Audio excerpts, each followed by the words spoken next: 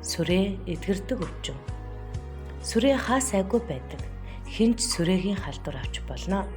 Тиймээс халдвар авах эрсдлээр нь зэрэглэж үзвэл халдвартай хэлбэрийн сүрээтэй өвчтөнтэй хамт амьдардаг хүмүүс 100%, хамаатан садан найз нөхөд хамт ажиллагсад 10%, холын хавтал 1% байдаг байна.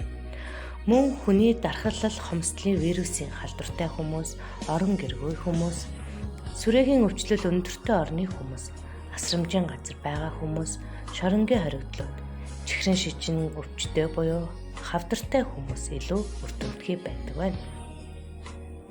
Сүрээ өвчний үед илрэх шинж тэмдгүүд нь сүрээгийн ням, бие махбодын аль эрхтэнд байрласнаас шалтгаална.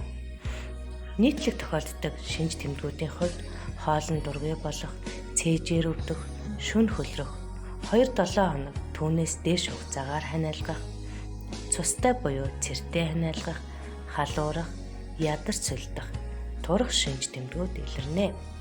Хэрэв дээрх шинж тэмдгүүдээс илэрвэл та сүрээгээр өвчлсөн байж болзошгүй тул өрх сумын эмч, харин аймаг дүүргийн сүрээгийн диспансерт очиж үзүүлэн оншоо тогтоолгох шаардлагатай. Онш батлагдсан тохиолдолд эмчилгээний эмийг эмчийн заавраар тогтмолууснаар бүрэн эдгэрэх боломжтой. Сүрээ эдгэрдэг өвчин, буян сэтгэл, өрхийн эрүүл мэндийн төв.